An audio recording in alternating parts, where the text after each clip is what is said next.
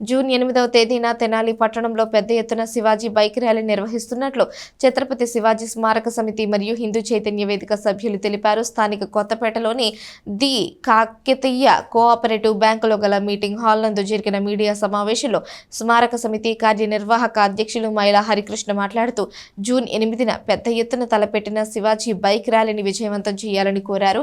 ఇందుకు సంబంధించి కరపత్రాలు కూడా పంపిణీ చేయడం జరిగిందని చెప్పారు.